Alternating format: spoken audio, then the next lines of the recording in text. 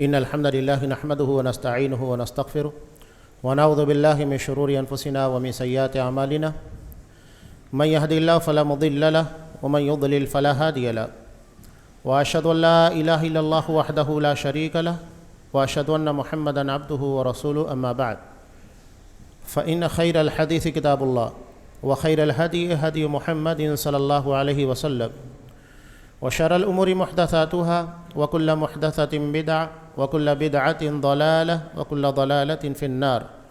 أعوذ بالله السميع العليم من الشيطان الرجيم. بسم الله الرحمن الرحيم. يا أيها الذين آمنوا اتقوا الله حق تقاته ولا تموتن إلا وأنتم مسلمون. يا أيها الناس اتقوا ربكم الذي خلقكم من نفس واحدة وخلق منها زوجها وبث منهما رجالا كثيرا ونساء واتقوا الله الذي تساءلون به والأرحام إن الله كان عليكم رقيبا. يا أيها الذين آمنوا اتقوا الله وقولوا قولا سديدا يصلح لكم أعمالكم ويغفر لكم ذنوبكم ومن يطع الله ورسوله فقد فاز فوزا عظيما. وقال قل هل ننبئكم بالأخسرين أعمالا الذين ضل سعيهم في الحياة الدنيا وهم يحسبون أنهم يحسنون صنعا أولئك الذين كفروا بآيات ربهم ولقائه فحبطت أعمالهم فلا نقيم لهم يوم القيامة وزنا. وعن عائشة رضي الله تعالى عنها قالت من زعم أن محمد صلى الله عليه وسلم كتم شيئا من كتاب الله فقد خان على الرسالة. رواہ مسلم. تمام قسم کی تعریفات اللہ رب العالمین وحدہ لا شریک کے لائق و زیبا ہے جو ساری کائنات کا تنہا خالق و مالک ہے، اور بے شمار درود و سلام ہو اللہ کے آخری نبی جناب کریم محمد رسول اللہ صلی اللہ علیہ وسلم کی ذات مقدسہ پر. محترم حاضرین، عزیز ماں اور بہنوں، خطبہ مسنونہ کے فوراً بعد سورہ کہف کی اخیر کی کچھ آیات میں نے آپ کے سامنے تلاوت کی. ہر جمعہ اسے پڑھنا مسنون بھی ہے. قرآن نے یہاں جو باتیں بیان کی یہ ہر مومن کے لیے غور و فکر کرنے کا مقام ہے. قرآن کیا کہتا ہے؟ قل هل ننبئکم بالاخسرین اعمالا. آپ کہیے کیا میں تمہیں عمل کرنے کے باوجود بہت نقصان اٹھانے والے لوگوں کے بارے میں خبردار نہ کروں، اطلاع نہ دوں؟ کام بہت کریں گے لیکن نقصان بہت اٹھائیں گے.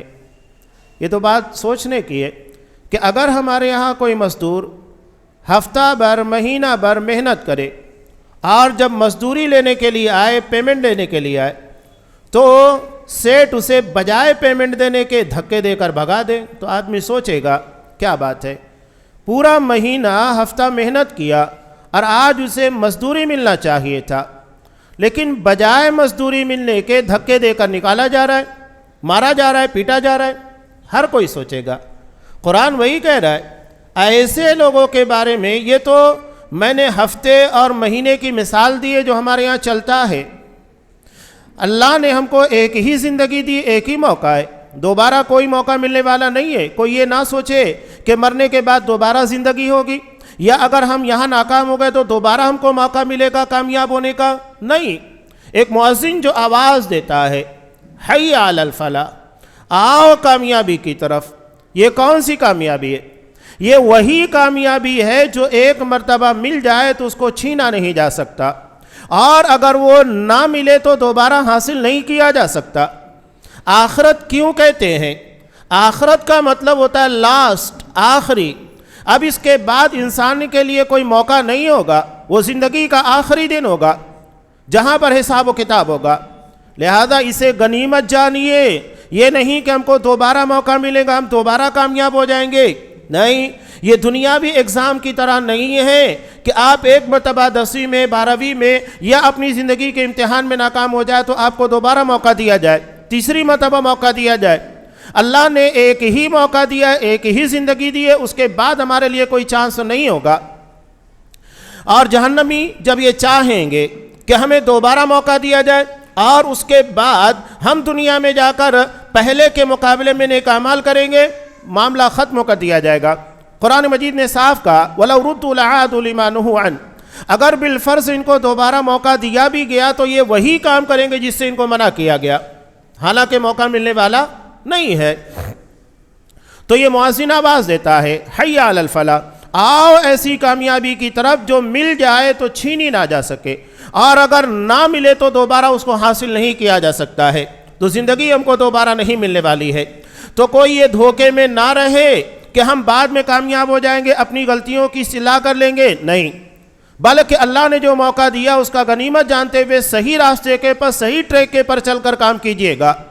تو آخرت میں ایسا نہ ہو کہ پوری زندگی کا سرمایہ لے کر، پورے زندگی، انسان کو اللہ نے جو بھی زندگی عطا کی، 50 60 70 100 سال یا اس سے زائد کی، یہ پوری زندگی کا عمل لے کر جب اللہ کے سامنے پیش ہو ایک امید پر کہ میں نے اپنی زندگی بڑے نیک کاموں کے اندر لگا دی ہے اور آج مجھے اپنی پوری زندگی کا اجر ملنے والا ہے، مزدوری ملنے والی ہے، لیکن وہاں جانے کے بعد دھتکار دیے جائے، حوض کوثر کے پر نبی کریم صلی اللہ علیہ وسلم کے پاس جائیں پیاس کی حالت میں، وہاں فرشتے دھکے دے کے مار دیں، اور اس کے بعد کہا جائے کہ آپ نہیں جانتے تھے کہ آپ کے بعد انہوں نے آپ کے دین کو کیسے تبدیل کر دیا، دھکے دے کر مارا جائے گا۔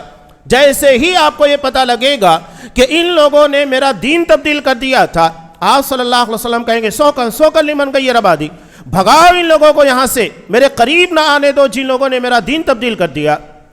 یہ ہے قرآن وہی کہہ رہا ہے ہل ننبئکم بالاخسرین اعمالا، کہ کیا میں تمہیں بہت نقصان اٹھانے والے، عمل کرنے کے باوجود بہت عمل کریں گے لیکن اس کے باوجود نقصان اٹھانے والے ان لوگوں کے بارے میں خبر نہ دوں؟ ہر جمعہ کو یہ سورہ پڑھی جا رہی ہے، اپنا محاسبہ کیا جا رہا ہے یہاں پر آنے کے بعد کہ کہیں ہم ان لوگوں میں شامل نہیں، کہیں ایسے راستے کے پر تو نہیں چل رہے ہیں جو راستہ ہمیں اللہ تبارک و تعالیٰ کی جنت کے بجائے اس کے غضب اور اس کی جہنم کی طرف لے کر جا رہا ہے۔ کبھی غور کیا؟ ہم زندگی کے معاملے میں تو بہت چوکنا ہوتے ہیں، ہم بزنس کر رہے ہیں، گھر خریدنا ہے یا اپنے بچے کی تعلیم کی بات ہے، بہت آدمی چوکنا ہے، 10 لوگوں سے خبر گیری کرتا ہے، بہت چوکسی کرتا ہے، انفارمیشن لیتا ہے، اس کے بعد جا کر اقدامات کرتا ہے۔ یہ تو آخرت کا ہے۔ دنیا میں اگر آپ نے نقصان اٹھایا بھی تو کیا ہوگا؟ اس سے صرف آپ کی دنیا تباہ ہوگی۔ آپ کو اگر کوئی کاروبار میں دھوکہ دے دے، لین دین کے اندر دھوکہ دے دے، وہ آپ کی صرف دنیا کی حد تک ہے، اس سے آپ کی آخرت تباہ ہونے والی نہیں ہے۔ لیکن اگر کسی نے آپ کو آخرت کے معاملے میں دھوکہ دیا تو سمجھ لیجئے گا کہ آپ کو دوبارہ چانس نہیں ہے، اور ایک ایسے نقصان اور خسارے کے اندر آپ پڑ گئے کہ وہاں سے واپسی کا کوئی راستہ نہیں ہوگا۔ بالکل واضح پیغام قرآن مجید وہی کہہ رہا ہے ہل ننبئکم بالاخسرین اعمالا، ایسے لوگ جو عمل کرنے کے باوجود بھی بہت نقصان اٹھانے والے۔ سورہ غاشیہ ہر جمعہ میں تلاوت کی جاتی ہے، آپ صلی اللہ علیہ وسلم عیدین میں بھی اس کو تلاوت کرتے تھے۔ قرآن مجید اس میں کیا کہہ رہا ہے سورہ غاشیہ کے اندر کہ ایک ایسی جماعت عاملہ، بہت عمل کرنے والی، بہت نیکیاں کرنے والی، بظاہر حقیقت میں نہیں، اس لیے کہ نیکی وہی ہے جو نبی کریم صلی اللہ علیہ وسلم کی سنت سے ثابت ہو، ورنہ انسان زندگی بھر عمل کرتا رہے، اگر اس کے پر نبی کریم صلی اللہ علیہ وسلم کی مہر نہیں لگی ہوئی ہے وہ نیکی نہیں ہے۔ یہ بالکل واضح دو ٹوک پیغام ہے۔ کوئی کتنے بھی اچھے مقصد کے ساتھ، اچھی نیت کے ساتھ کرے، اس کی نیت کو نہیں دیکھا جائے گا۔ اگر عمل کے اندر کھوٹ پائی جا رہی ہے، اللہ نیت کو بھی دیکھتا ہے، لیکن ساتھ ہی ساتھ اس عمل کا نبی کی سنت کے مطابق ہونا بھی ضروری ہے۔ بالکل واضح مثال ابو داؤد کی حضرت ابو بردہ بن نیار رضی اللہ تعالیٰ عنہ، انہوں نے نماز عید الاضحیٰ سے قبل اپنی بکری کو ذبح کیا۔ آپ صلی اللہ علیہ وسلم نماز کے لیے نکلے تو دیکھا کہ انہوں نے اپنی بکری کو ذبح کیا، گوشت تقسیم کر رہے ہیں۔ تو آپ صلی اللہ علیہ وسلم نے پوچھا ابو بردہ یہ کیا ہے؟ تو انہوں نے کہا کہ اللہ کے رسول، میرے قریب میں رہنے والے لوگ غریب ہیں، تو میں نے چاہا کہ عید کا موقع ہے، انہیں جلد سے جلد گوشت مل جائے، اچھی نیت ہے، کیا خرابی ہے؟ تو اس لیے میں نے نماز کے پہلے ہی اپنی بکری کو ذبح کر دیا۔ تو آپ صلی اللہ علیہ وسلم نے کیا کہا؟ یہ نہیں کہا کہ تمہاری نیت بہت اچھی ہے، چلو ٹھیک ہے آئندہ ایسا مت کرنا، نہیں، آپ نے کیا کہا؟ یہ صرف گوشت والی بکری ہے، قربانی نہیں ہے، اضحیہ نہیں ہے، بلکہ جس نے ہمارے ساتھ نماز ادا کی، نماز ادا کرنے کے بعد قربانی ادا کی، اس نے دراصل حقیقت میں قربانی کو پایا ہے، اس کی جگہ دوسری قربانی کرو۔ چنانچہ انہوں نے دوسری قربانی کی۔ آپ نے یہ نہیں کہا کہ چلو ٹھیک ہے نظر انداز کر دیا جائے، نہیں، یہ ہے نبی کی سنت کی اہمیت کہ جو طریقہ آپ صلی اللہ علیہ وسلم نے طے کیا ہے وہی مانا جائے گا، کوئی اور طریقہ قابل قبول نہیں ہے، ایکسیپٹیبل نہیں ہے۔ ہم یہ سمجھتے ہیں کہ چلو یہ بھی چل جائے وہ بھی چل جائے، اسلام میں دو راستے نہیں ہیں، اسلام ہمیں صرف صراط مستقیم ایک راستے کی تلقین کرتا ہے۔ تو قرآن وہی کہہ رہا ہے، عاملہ، اور کتنی محنت کرنے والے، ناصبہ، تھکا دینے والی محنت۔ آج آپ دیکھیے کتنے لوگ ہیں، آپ دیگر مذاہب کی بات چھوڑیے، جو جا کر پہاڑوں کے پر، ہمالیہ کے پر، کیلاش پروت کے پر اپنی پوری زندگی لگا دیتے ہیں اور اس کے بعد وہ موکش پراپت کرنے کی بات کرتے ہیں۔ حقیقت میں یہ ساری محنتیں رائے گا اور ضائع ہونے والی ہے، یہ تو غیروں کی بات ہے۔ لیکن ہمارے درمیان بھی ایسے لوگ ہیں، شیطان دونوں طریقے اختیار کرتا ہے۔ پہلا تو یہ کہ آپ کو اسلام کے قریب نہ آنے دے، اور دوسرا یہ کہ اگر آپ مسلمان ہو گئے اور عمل کی توفیق مل گئی ہے تو آپ کے عمل کو ڈائنامائٹ کرنے کی کوشش کرتا ہے اور اسے سنت کے خلاف لے جانے کی کوشش کرتا ہے تاکہ اس کے پر اجر نہ مل سکے۔ حضرت عبداللہ بن مسعود رضی اللہ تعالیٰ عنہ، دارمی کی بڑی طویل روایت ہے، جب انہیں آ کر حضرت ابو موسیٰ اشعری نے بتایا کہ مسجد نبی کے اندر کچھ لوگ بیٹھے ہوئے ہیں، ایک آدمی کہہ رہا ہے کہ 100 مرتبہ لا الہ الا اللہ کہو، اس کے بعد 100 مرتبہ سبحان اللہ، وہ گن رہے، شمار کر رہے۔ حضرت عبداللہ ابن مسعود رضی اللہ تعالیٰ عنہ کو معلوم ہوا، فوراً آئے اور اس کے بعد انہیں مسجد سے بھگا دیا، کہا کہ ابھی نبی کے کپڑے بوسیدہ نہیں ہوئے اور تم لوگوں نے نبی کے طریقے سے ہٹ کر طریقہ اختیار کر لیا، کیا تم صحابہ سے زیادہ دین جاننے والے ہو؟ کیا تم لوگوں کے نزدیک نبی کریم صلی اللہ علیہ وسلم کی سنت کی اہمیت نہیں؟ انہوں نے کہا کہ اے عبداللہ، ہم تو اللہ کا ذکر کر رہے ہیں، جیسا کہ آج لوگ کہتے ہیں ہم تو حلوہ کھا رہے ہیں، حلوہ کھانا حرام ہے کیا؟ ہم تو تسبیح کر رہے ہیں، اللہ کا ذکر کر رہے ہیں، تو کیا اللہ کا ذکر و نماز پڑھنا یہ غلط ہے؟ مسئلہ حلوے کے کھانے کا غلط ہونا نہیں ہے یا نماز کا پڑھنا غلط نہیں ہے، بلکہ طریقہ غلط ہے کہ جو طریقہ آپ اختیار کر رہے۔ اتنی آسان مثال میں اکثر دیتا ہوں کہ قرآن مجید، اس کے ایک ایک حرفوں کے پر اللہ نے 10 نیکیاں رکھی ہے۔ اب اگر کوئی شخص سجدے کے اندر قرآن مجید کی تلاوت کرے تو بتائیے، سجدہ عظیم عبادت جس کے بارے میں آپ صلی اللہ علیہ وسلم نے کہا اقرب ما یکون العبد من ربہ وهو ساجد، کہ بندہ اللہ سے سب سے قریب کب ہوتا ہے؟ جب سجدے کی حالت میں ہوتا ہے۔ تو اب اگر کوئی شخص یہ کہے سجدہ ہے اللہ سے سب سے قریب کر دینے والا عمل، میں سجدے میں جا کر قرآن مجید کی تلاوت کروں گا تاکہ مجھے ایک ایک حرفوں کے بعد 10 نیکیاں مل سکے، جائز ہے؟ دونوں نے کی ہے نا، قرآن مجید پڑھنا، سجدہ کرنا، سجدے کی حالت میں قرآن پڑھنا جائز ہے؟ نہیں جائز ہے۔ مسلم کی روایت، آپ صلی اللہ علیہ وسلم نے صاف کہا الا انی نہیت ان اتلو القرآن ساجدا او راکعا، کہ سنو اللہ نے مجھے رکوع اور سجدے کی حالت میں قرآن کی تلاوت سے منع کیا ہے۔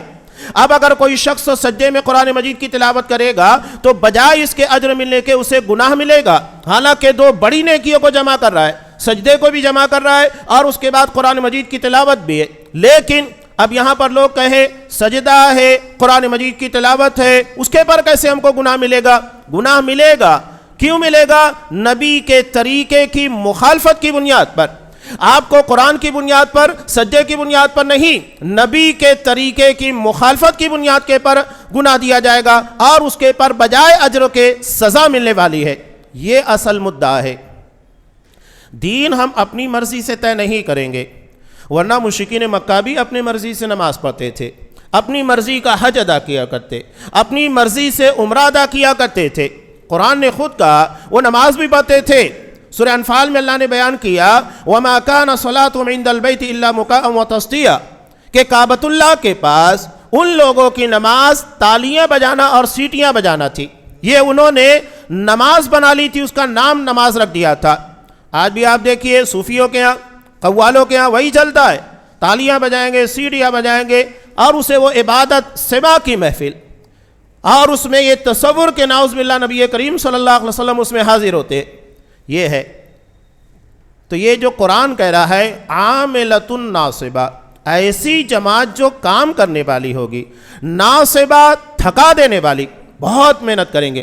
آج آپ دیکھیے دین کے نام کے پر، تبلیغ کے نام کے پر بہت محنت کی جا رہی ہے۔ ابھی جو شب برات آ رہی ہے حالانکہ اس کا اسلام سے کوئی تعلق نہیں ہے. جو شب برات بولا جا رہا ہے اس کی بنیاد کے پر میں کہہ رہا ہوں 15 شعبان کی جو رات ہوتی ہے، حالانکہ یہ عظیم مہینہ ہے. آپ صلی اللہ علیہ وسلم اس میں کثرت سے روزہ رکھا کرتے تھے، لیکن آپ نے امت کو منع کیا اذا انتصف الشعبان فلا تصوموا، کہ جب شعبان نصف ہو جائے اس کے بعد روزے نہ رکھو، اس لیے کہ اب رمضان کی تیاری کرنا ہے تو نصف شعبان کے بعد روزہ رکھنا منع ہے. آپ نے منع کیا امت کو. آپ بکثرت رکھا کرتے، آپ صلی اللہ علیہ وسلم کی خصوصیات ہے، لیکن امت کے بارے میں آپ نے منع کیا. نصف شعبان یعنی 15 شعبان کے بعد تمہیں روزہ رکھنے کی اجازت نہیں ہے. اب تمہیں رمضان المبارک کی تیاری کرنا ہے تاکہ اس کے روزوں کے لیے چاق و چوبند رہ سکو. تو یہ عاملۃ الناصبہ، یہاں جو مسئلہ چل رہا ہے خوب عبادتیں، رات بھر عبادتیں کی جا رہی ہیں. اب عبادت جو کر رہے ہیں ان کے لیے، ورنہ جو پوری رات گھومتے پھرتے رہتے ہیں ان کے لیے سوال ہی نہیں ہوتا ہے. لیکن بہرحال اس کو ماننا یہ بھی غلط ہے. آپ اگر شب برات میں رات بھر جاگتے ہیں کہ عام لوگ جال رہے ہیں اور اسے عبادت تصور کر رہے ہیں، گرچہ آپ عبادت نہ کریں، ماننا بھی غلط ہے، اس لیے کہ آپ اسے قبول کر رہے ہیں. قبول کرنا ہی غلطی ہے. تو یہ ایک بڑا اہم مدعا ہوتا ہے. اب جیسا کہ ضمناً ایک مسئلہ ہے، میں آپ کو بتا دوں کہ اگر آپ کا گھر ہے یا آپ کی جگہ ہے یا آپ کا شاپنگ ہے، وہاں پر اگر کوئی شخص آ کر ATM کی مشین لگانا چاہتا ہے تو پھر آپ کیا اس کو اجازت دیں گے؟ نہیں دے سکتے. اس ضمن میں آپ مفتیان سے پوچھئے، میں نے اس کے بارے میں باقاعدہ تفتیش کی اور اس کے بعد آپ کو کہہ رہا ہوں کہ گرچہ وہاں سودی لین دین نہیں ہوتا ہے، لیکن چونکہ وہ سود کا اور بیاج کا ایک سسٹم ہے، آپ اسے لگا رہے ہیں، اس کا مطلب آپ اسے ایکسیپٹ کر رہے ہیں، قبول کر رہے ہیں، لہذا آپ اس کے لیے جگہ نہیں دے سکتے، اس لیے کہ وہ سودی نظام کا سسٹم کا حصہ ہے. اسے آپ قبول کر رہے ہیں، قبول کرنا ہی آپ کی غلطی ہے. کسی گناہ کو کرنا ایک الگ مسئلہ ہے، اسے قبول کر لینا یہ بنیادی طور کے پر غلطی ہوتی ہے کہ آپ نے اس کو قبول کر لیا ہے. قبول کرنا ہی آپ کی سب سے بڑی غلطی ہوتی ہے. بہرحال تو یہاں قرآن نے کیا کہا؟ عاملۃ الناصبہ، بہت محنت کرنے والے، تھکا دینے والی محنت. اور آج آپ دیکھیے تھکا دینے والی محنت کی جا رہی ہے، خوب عبادتیں کی جا رہی ہے، لیکن سوال یہ ہوتا ہے کیا یہ عبادتیں واقعتاً نبی کریم صلی اللہ علیہ وسلم کی سنت سے ثابت ہے؟ یہ سوال بڑا اہم ہے. میں بنیادی باتیں آپ کو جو کہہ رہا ہوں، اور سورہ کہف کے اندر اللہ نے جو ارشاد فرمایا، شب برات کے تعلق سے 15 روایات ملتی ہیں، اور یہ 15 کے 15 روایات ضعیف ہے، یعنی نبی کریم صلی اللہ علیہ وسلم سے ثابت نہیں ہے. ایک روایت جو بنیادی طور کے پر ترمذی کی ہے اور اسے بنیاد بنا کر پیش کیا جاتا ہے، جو اس کی سند کی خرابیاں ہیں وہ اپنی جگہ پر، یعنی سند میں جو 2 جگہ انقطاع ہے. اب مثال کے طور پر ایک شخص مجھ سے ملا نہیں اور میرے نام کے پر کچھ باتیں بیان کر رہا ہے، تو وہ باتیں قابل قبول نہیں ہوگی. یہ محدثین نے باقاعدہ رول اور ضابطے بنائے ہیں. تو یہاں سند میں 2 جگہ انقطاع ہے، یعنی جو بندہ بیان کر رہا ہے کہ فلاں شخص سے میں نے اس روایت کو سنا ہے، حقیقت میں اس نے اس سے روایت سنی ہی نہیں، نہ اس سے ملاقات ثابت ہے، تو کہاں سے اس روایت کو قابل قبول مانا جائے گا؟ 2 جگہ یہ مسائل ہے، اس بنیاد کے پر یہ روایتی ضعیف ہو جاتی ہے. دوسری بات، متن جو ہے کہ حضرت عائشہ رضی اللہ تعالیٰ عنہ نبی کریم صلی اللہ علیہ وسلم کو اپنے بستر کے پر گم پاتی ہے اور اس کے بعد آپ کی تلاش میں نکلتی ہیں، تو دیکھتی ہیں کہ آپ اپنے چہرے کو آسمان کی طرف اٹھائے ہوئے محو دعا ہیں. اور اس کے بعد آپ صلی اللہ علیہ وسلم نے حضرت عائشہ رضی اللہ تعالیٰ عنہ کو کہا کہ عائشہ، کیا تمہیں اس بات کا ڈر ہے کہ میں تمہارے ساتھ خیانت کروں گا، یعنی تمہارے باری والے دن میں کسی اور کے یہاں پر ہوں گا؟ آج رات دیکھو اللہ آسمان دنیا پر نزول فرمایا ہے اور قبیلہ بنو کلب کی بکریوں کے بال کے برابر لوگوں کی مغفرت کرتا ہے. یہ روایت ہے جو پیش کی جاتی ہے. میں نے اس کی اسنادی حیثیت، یعنی وہ روایت ثابت نہیں ہے، وہ بھی بیان کر دیا. دوسری بات، اس میں متن میں ہی قابل غور باتیں ہیں کہ نعوذ باللہ حضرت عائشہ رضی اللہ تعالیٰ عنہ کو نبی کریم صلی اللہ علیہ وسلم کے پاس شک کرنے والا بتایا جا رہا ہے. اب بتائیے جو نبی کے پاس شک کرے اس کا ایمان سلامت رہتا ہے؟ نہیں، سوال ہی نہیں پیدا ہوتا. اب یہاں حضرت عائشہ رضی اللہ تعالیٰ عنہ.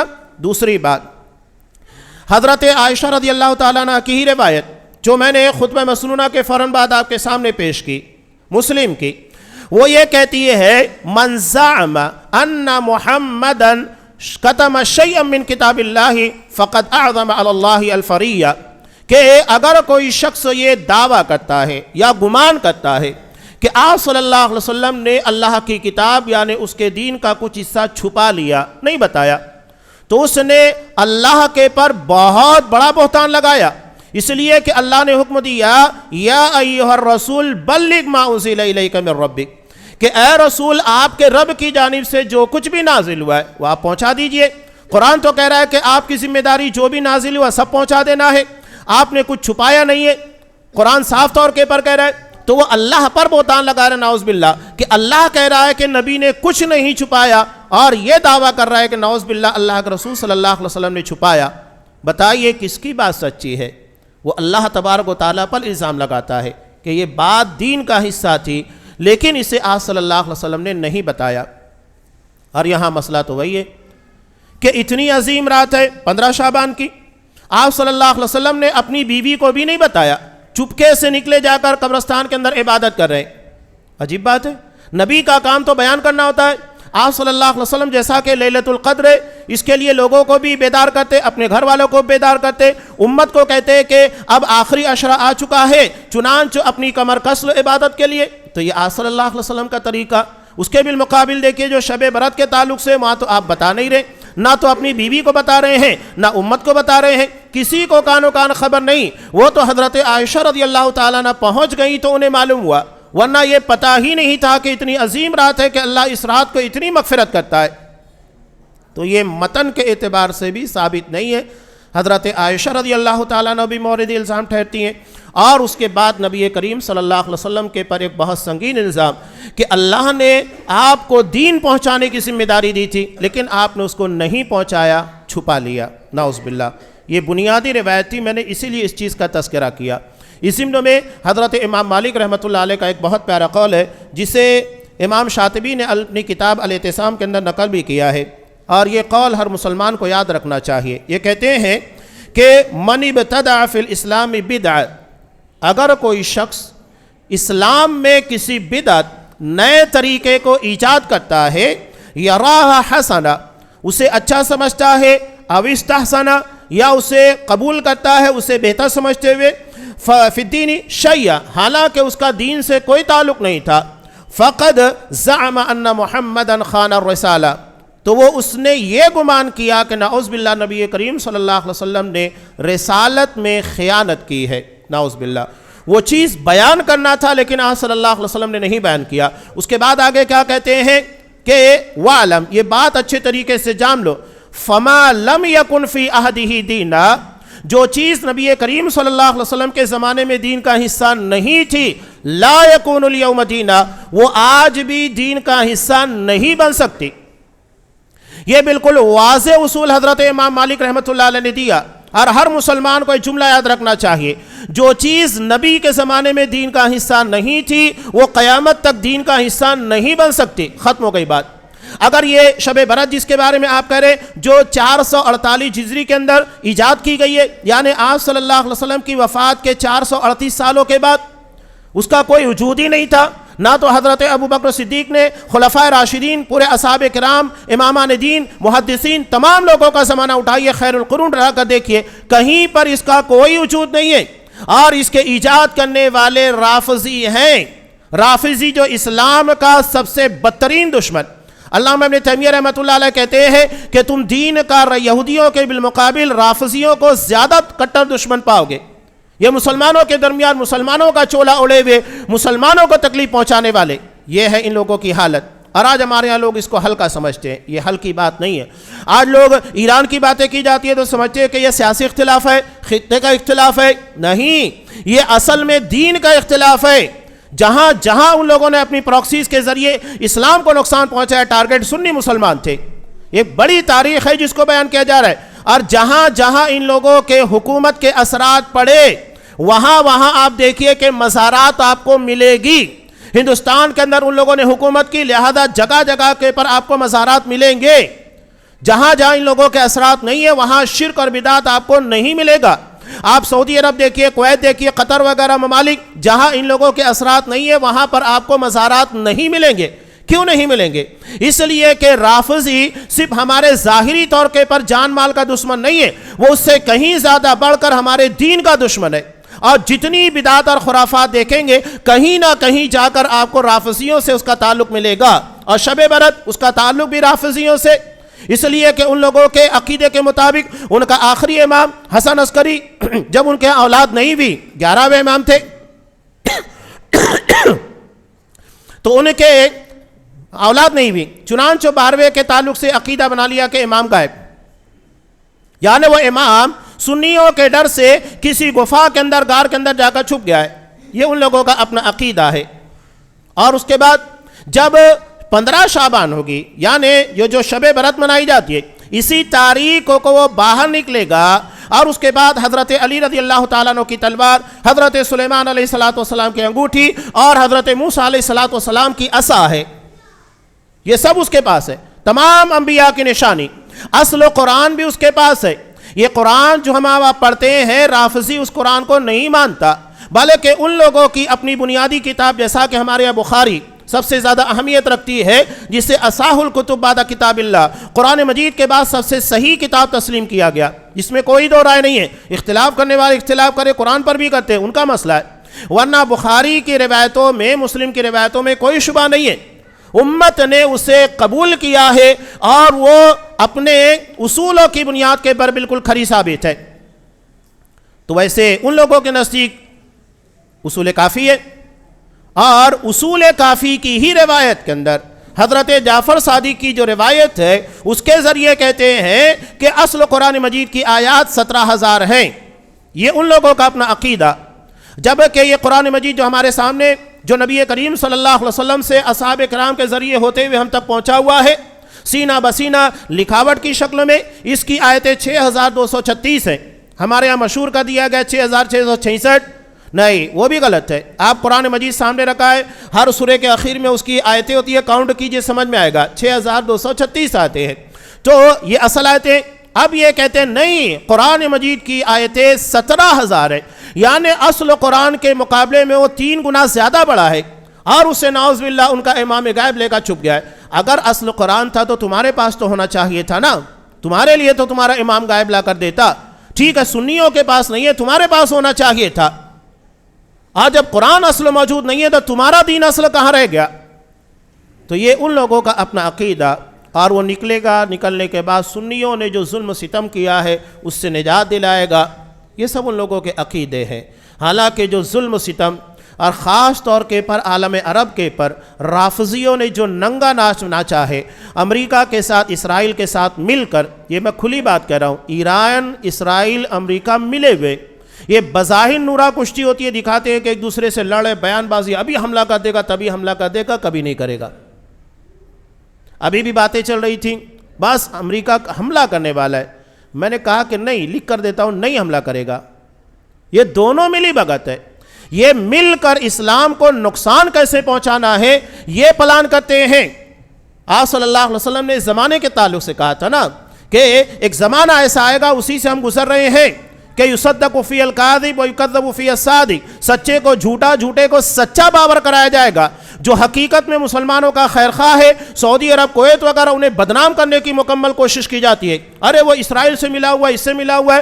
ارے جن لوگوں نے اپنے یہاں پر باقاعدہ اسرائیل کو تسلیم کرنے کے بعد اس کے فوجی اڈے قائم کر رکھے ہیں، اور فوجی تعلقات، ہر طریقے کے تعلقات ہیں، آپ اس کے بارے میں کیوں نہیں باتیں کرتے ہیں؟ ترکی وغیرہ کے بارے میں، اسرائیل کے بارے میں کھل کر سعودی عرب کا موقف ایک ہی ہے، وہ شروع سے جو بات کہہ رہا ہے، شاہ عبدالعزیز، شاہ فیصل وغیرہ کے زمانے سے جو باتیں چل رہی ہے، وہ آج بھی وہی کہی جاتی ہے، وہ اپنے موقف سے ہٹے ہوئے نہیں ہیں، وہ سودے باز نہیں ہیں جیسا کہ آج سودے بازیاں کی جاتی ہیں۔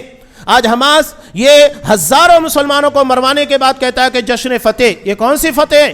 جہاں پر لاکھوں کے قریب مسلمانوں کو مار دیا گیا، ان کی زمین چھین لی گئی، یہ باقاعدہ پروکسیز ہیں، یہ انہی لوگوں کے باقاعدہ پنٹر ہیں۔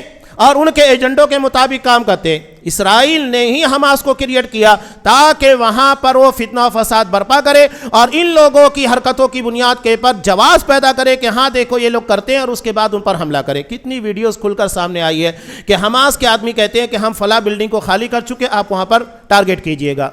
یہ ملی بغد ہے، کھلی کھلی ایک دم صاف، اسرائیل سے ملے ہوئے یہ حالت ہے۔ بہرحال یہ ایک باتیں ضمناً آگے تو میں نے بیان کیا، رافضی ہمارے دین کا سب سے بدترین دشمن ہے۔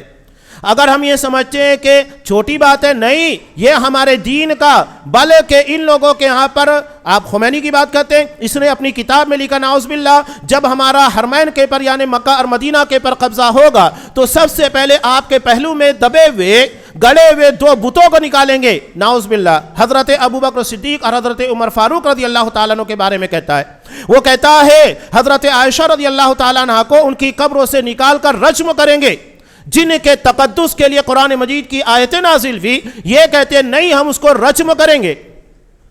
بتائیے کہاں اسلام باقی ہے؟ کس اسلام کی آپ بات کریں؟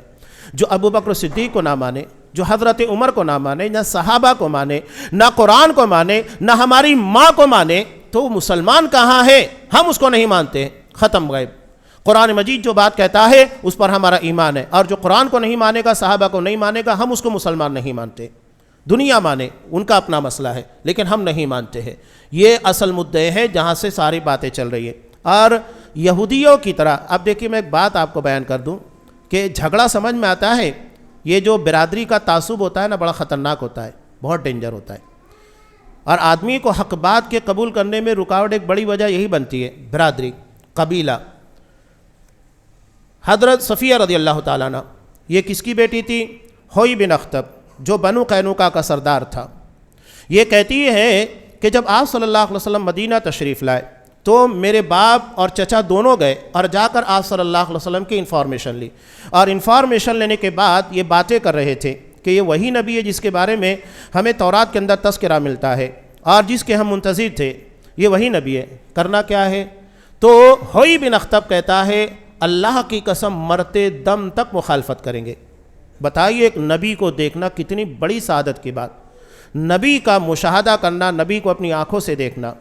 ہم نے نہیں دیکھا، کتنی تڑپ ہمارے اندر کہ اللہ کے رسول صلی اللہ علیہ وسلم کو کاش ہم دیکھ لیں۔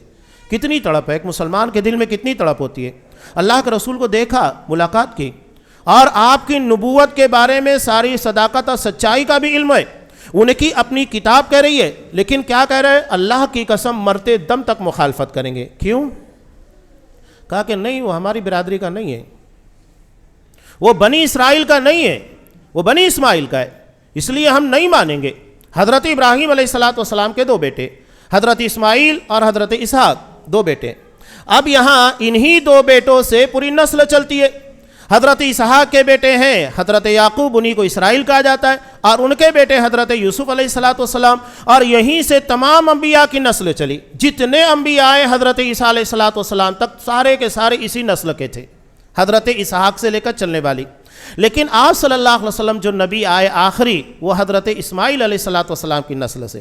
حالانکہ حضرت ابراہیم پر دونوں ایک ہو جاتے ہیں، حضرت ابراہیم اسحاق کے بھی باپ ہیں، اسماعیل کے بھی، لیکن یہاں دو بھائی، یعنی اسحاق کی جو نسل چلی ہے بنی اسرائیل والی، اس میں تمام انبیاء آئے، تو اس نسل سے آنا چاہیے تھا۔ ان لوگوں کا مدعا یہ تھا چونکہ یہ بنی اسماعیل سے ہے، حضرت اسماعیل علیہ السلام کی نسل سے نہیں مانیں گے، اور آخری دم تک اسی پر رہا۔ یہاں تک کہ جب بنو قریظہ کا واقعہ پیش آیا جنگ احزاب کے بعد، تو سارے لوگوں کو پکڑ کر، اس لیے کہ بنو قریظہ کو بھڑکانے میں اسی کا ہاتھ تھا۔ بنو قریظہ غداری کے لیے تیار نہیں تھے، یہ ہوئی بن اخطب ہی جا کر وہاں پر غداری کرتا ہے، انہیں بھڑکاتا ہے، تو سارے لوگوں کو مارا گیا، تقریباً 700 لوگ مارے گئے۔ تو اس میں یہ بھی تھا، اور جب اس کو لے جانے لگا تو اس کے بعد جانے کے بعد حالانکہ اس کے سامنے پیشکش بھی رکھی گئی، کہا کہ نہیں، میں چاہتا ہوں کہ جو میرے ساتھیوں کا انجام ہوا وہ میرا بھی ہونا چاہیے، یعنی موت تک سے ڈر نہیں۔ نبی کی حقیقت کو پہچان لینے کے بعد پوری زندگی مخالفت، اور نبی کا سسر، اس لیے کہ حضرت صفیہ رضی اللہ تعالیٰ عنہ آپ صلی اللہ علیہ وسلم کے عقد میں آ گئی تھی، اس بنیاد پر سسر بھی تھا۔ لیکن نہیں، یہ بڑی خطرناک چیز ہوتی ہے، یہ تعصب بڑا خطرناک ہوتا ہے۔ تو رافضیوں کا بھی اصل میں وہی قبائلی اور برادری والا تعصب ہے۔ ایک حقیقت ہے جب حضرت عمر فاروق رضی اللہ تعالیٰ عنہ کے زمانے میں ایران فتح ہوا، جو اس وقت فارس تھا، تو اس وقت کا جو بادشاہ یزدگرد تھا، اس کی 3 بیٹیاں تھیں، اور 3 بیٹیوں میں سے ایک بیٹی حضرت حسین رضی اللہ تعالیٰ عنہ کے نکاح میں آئی مسلمان ہونے کے بعد۔ اور جتنے ان لوگوں کے امام ہیں، حضرت حسین رضی اللہ تعالیٰ عنہ نے کئی شادیاں کی، تو ان لوگوں نے امامت کی نسل اسی میں سے مانی جو ان کے اپنے بادشاہ یزدگرد کی بیٹی سے تھے، یعنی وہاں پر بھی نسلی تعصب تھا۔ انہوں نے حضرت حسین کو تسلیم نہیں کیا، بلکہ بادشاہ کی بیٹی جو ان کے نکاح میں آئی تھی اس کے ذریعے جو نسل چلی، وہاں سے ان لوگوں نے اماموں کی نسل کو جاری کیا اور اسی کو مانا۔ ورنہ ان لوگوں کے نسل کا اگر اتنی اہمیت ہوتی، کبھی آپ نے دیکھا کہ انہوں نے حضرت حسن رضی اللہ تعالیٰ عنہ کو بڑھاوا دیا؟ کیوں نہیں دیا؟ حالانکہ وہ بھی شہید ہے۔ حضرت علی رضی اللہ تعالیٰ عنہ کو بڑھاوا کیوں نہیں دیتے جبکہ وہ بھی شہید ہیں؟ حضرت حسین رضی اللہ تعالیٰ عنہ کو اہمیت دینے کا مقصود کیا ہے؟ یہ نسلی تعصب ہے کہ ان کے نکاح میں چونکہ ہمارے بادشاہ کی بیٹی آئی تھی اور اسی نسل کو ہم اہمیت دیں گے۔ وہ نسلی تعصب ہے، جس طرح یہودیوں کے اندر نسلی تعصب ہے، برادری کا تعصب ہے، وہی تعصب آپ کو رافضیوں کے یہاں پر بھی ہے۔ انہیں دین دھرموں سے کوئی لینا دینا نہیں ہے، انہیں اپنی نسل کی فکر ہے، اپنے علاقے کی، اپنی برادری کی فکر ہے، اور اس بنیاد کے پر یہ سارا ستیہ ناش کر رہے ہیں۔ جس طرح ہوئی بن اخطب کو آپ صلی اللہ علیہ وسلم کی حقیقت کا علم ہونے کے بعد بھی آخری دم تک، یہاں تک کہ اسی کے پر مرا بھی، اسی کے پر اس کی گردن ماری بھی گئی، مخالفت کرتا رہا، تو یہ بڑا خطرناک تعصب ہوتا ہے، اور یہ وہی وائرس ہے جو قیامت تک چلتا رہے گا۔ اس کی شکلیں، جڑیں آپ کو وہیں جا کر ملنے والی ہیں۔ تو یہ باتیں جو میں نے آپ کے سامنے رکھی، یہ قابل غور ہے۔ ہم جو عمل کر رہے ہیں کہیں ایسا نہ ہو کہ وہ گمراہی کا شکار ہو جائے۔ ہر عمل کے پر توجہ دینا ہے۔ عمل گرچہ تھوڑا ہو، نبی کی سنت کے مطابق ہونا چاہیے۔ اللہ یہ نہیں کہتا ہے کہ تم لوگوں میں زیادہ عمل کرنے والا کون ہے۔ اللہ نے ہم کو پیدا کیا تو اللہ نے کیا کہا کہ ہم نے تمہیں کیوں پیدا کیا ہے؟ لِنَبْلُوَكُمْ أَيُّكُمْ أَحْسَنُ عَمَلًا، کہ تم میں کا کون اچھا عمل کرتا ہے۔ احسن جو نبی کی سنت اور اخلاص کے مطابق ہو۔ آپ کا بہت عمل ہے لیکن نہ تو اس میں نبی کی سنت کا پاس و لحاظ ہے، نہ شریعت کا، تو کیا فائدہ؟ یہ بجائے اس کے ہمارے لیے اجر کا باعث بنے، اتنے بڑے گناہ کا باعث بننے والا ہے قیامت کے دن پیش ہونے کے بعد۔ قرآن وہی کہہ رہا عاملۃ ناصبہ تصلیٰ نارا حامیہ، بہت محنت کر دینے والے، تھکا دینے والے، لیکن نتیجہ کیا ہوگا؟ تصلیٰ نارا حامیہ، جہنم کا شکار ہوں گے۔ تو یہ سوچئے کہ کہیں ہمارا عمل ایسا تو نہیں ہے کہ وہ جہنم کی طرف لے کر جا رہا ہے۔ ہم یہ سمجھ رہے ہیں کہ بہت اچھے کام کر رہے ہیں، قرآن مجید وہی کہہ رہا ہے کہ خوب عمل کرنے والے لیکن نقصان بہت اٹھائیں گے، اکثرین اعمال، بہت نقصان اٹھانے والے عمل کرنے کے باوجود۔ تو ہمیں اس پر توجہ دینا ہے۔ آپ صلی اللہ علیہ وسلم صحابہ کی جماعت جہاں بدعت کا، آپ صلی اللہ علیہ وسلم کی مخالفت کا تصور نہیں کیا جا سکتا، اس کے بعد ہر جمعہ میں آپ کیا کہہ رہے ہیں؟ کل بدعت ضلالہ وکل ضلالۃ فی النار، ہر بدعت گمراہی ہے اور ہر گمراہی جہنم کی طرف لے کر جانے والی ہے۔ آپ صحابہ کو کہہ رہے ہیں جو صحابہ بدعت کے بارے میں سوچ نہیں سکتے تھے، تو یہ کہنا کہ یہ دین ہے یا ہم قرآن پڑھ رہے ہیں، یہ چلے گا نہیں۔ قرآن آپ کو پڑھنا ہے نبی کے طریقے کے مطابق۔ اللہ نے ہم کو عبادت کے لیے پیدا کیا تو اپنی من مرضی عبادت نہیں کریں گے، وہ عبادت کریں گے جو نبی کی سنت کے مطابق ہو، ورنہ نتیجہ کیا ہوگا؟ قیامت کے دن حوض کوثر سے بھگا دیے جائیں گے۔ جب وہاں سے بھگا دیے گئے تو جنت میں کہاں داخلہ ملے گا؟ جنہیں حوض کوثر سے ہی ریٹرن کر دیا گیا، تو جنت کی تمنا ہی نہ کرنا۔ یہ جو خبردار کیا جا رہا ہے چھوٹی خبرگیری نہیں ہے، بلکہ بہت اہم تنبیہ ہے جس کے بارے میں ہر مسلمان کو چوکنا رہنا چاہیے۔ آپ صلی اللہ علیہ وسلم ہر خطبے میں کہہ رہے ہیں، اس سے بڑھ کر اس کی اہمیت کیا ہو سکتی ہے کہ بدعت کے بارے میں کتنا چوکنا رہنا چاہیے۔ حضرت سفیان ثوری رحمہ اللہ کا ایک بہت پیارا قول ہے، وہ کہتے ہیں البدعۃ احب الی ابلیس من المعصیہ، کہ ابلیس کے نزدیک بدعت یہ گناہ کے مقابلے میں زیادہ محبوب اور پسندیدہ ہے۔ کیوں؟ فَإِنَّ الْبِدْعَةَ لَا يُتَابُ مِنْهَا وَالْمَعْصِيَةُ يُتَابُ مِنْهَا، حقیقت یہ ہے کہ بندہ گناہ کرتا ہے، اس کو احساس ہوتا ہے کہ میں نے غلطی کی ہے، وہ توبہ کرتا ہے، لیکن بدعت اس سے توبہ کی توفیق نہیں ملتی، اس لیے کہ وہ نیکی سمجھ کے کرتا ہے۔ کبھی آپ نے دیکھا کہ کوئی شب برات کے اندر عبادت کر رہا ہے، اس کے بعد میں اس نے توبہ کی ہو؟ نہیں کرے گا۔ کیوں؟ وہ عبادت سمجھ کے کر رہا ہے کہ آج کی رات لیلۃ الجائزہ ہے، آج جو میں کروں گا پورے سال کے گناہ معاف ہو جائیں گے، یہ بتا دیا گیا ہے۔ حالانکہ جو فضیلت آپ کے سامنے شب قدر کی ہے اس کے بارے میں کوئی تذکرہ نہیں، اور یہ بہت بڑی بدنصیبی ہوتی ہے، اور اللہ کا یہ دستور بھی ہے، جہاں ایک بدعت جنم لیتی ہے وہاں سے ایک سنت اٹھا لی جاتی ہے۔ اور یہ چیز کہ آپ صلی اللہ علیہ وسلم شب قدر کے لیے کتنا محنت کرتے۔ علامہ ابن قیم رحمۃ اللہ علیہ کہتے ہیں کہ اگر اللہ تبارک و تعالیٰ پورے سال کی رات میں ہمیں لیلۃ القدر کو تلاش کرنے کا حکم دیتا تو پورا سال تلاش کرتے، اس لیے کہ وہ اتنی عظیم رات ہے کہ ایک رات میں 1000 مہینوں کے برابر عبادت کا اجر دیا جا رہا ہے۔ 83 سال سے زیادہ اس سے بڑھ کر نیکی کیا ہو سکتی ہے؟ پورے سال ہم اس کو تلاش کرتے، یہاں تو اللہ نے ہم کو 5 تاک راتوں کے اندر محدود کر دیا کہ ہم 5 تاک راتوں میں اس کو تلاش کریں، اور اس کی فضیلت میں پوری ایک سورہ نازل کی ہے۔ یہ شب قدر کی آیتوں کو لے کر زبردستی شب برات، جو کہ بیزاری اور نفرت والی رات ہے، شب کا مطلب رات ہوتا ہے، برات کا مطلب ہوتا ہے بیزاری، نفرت۔ بتائیے اس نام کے ذریعے آپ کو کیا فضیلت سمجھ میں آتی ہے؟ اس کا مطلب ہی ہے کہ نفرت اور بیزاری والی رات، برات کا مطلب بیزاری ہوتا ہے۔ سورہ توبہ کی ابتدا کس سے ہوتی ہے؟ برات من اللہ و رسولہ، برات ناراضگی، نفرت، یہ اظہار ہے، اور اس میں چونکہ رافضی سنیوں سے اظہار نفرت کرتا ہے، اس بنیاد کے پر اسے شب برات کہا جاتا ہے کہ اس رات میں ایک رافضی سنیوں سے نفرت کا اظہار کرتا ہے۔ کتنی واضح بات ہے، نہ نبی نے اس کا کوئی اہتمام کیا، نہ صحابہ نے، کسی نے نہیں۔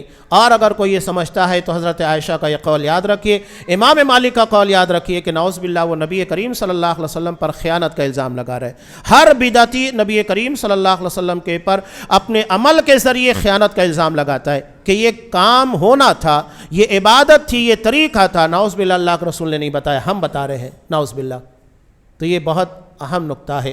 اللہ ہم کو توفیق دے کہ ہم صحیح راستے پر چلیں، صراط مستقیم پر۔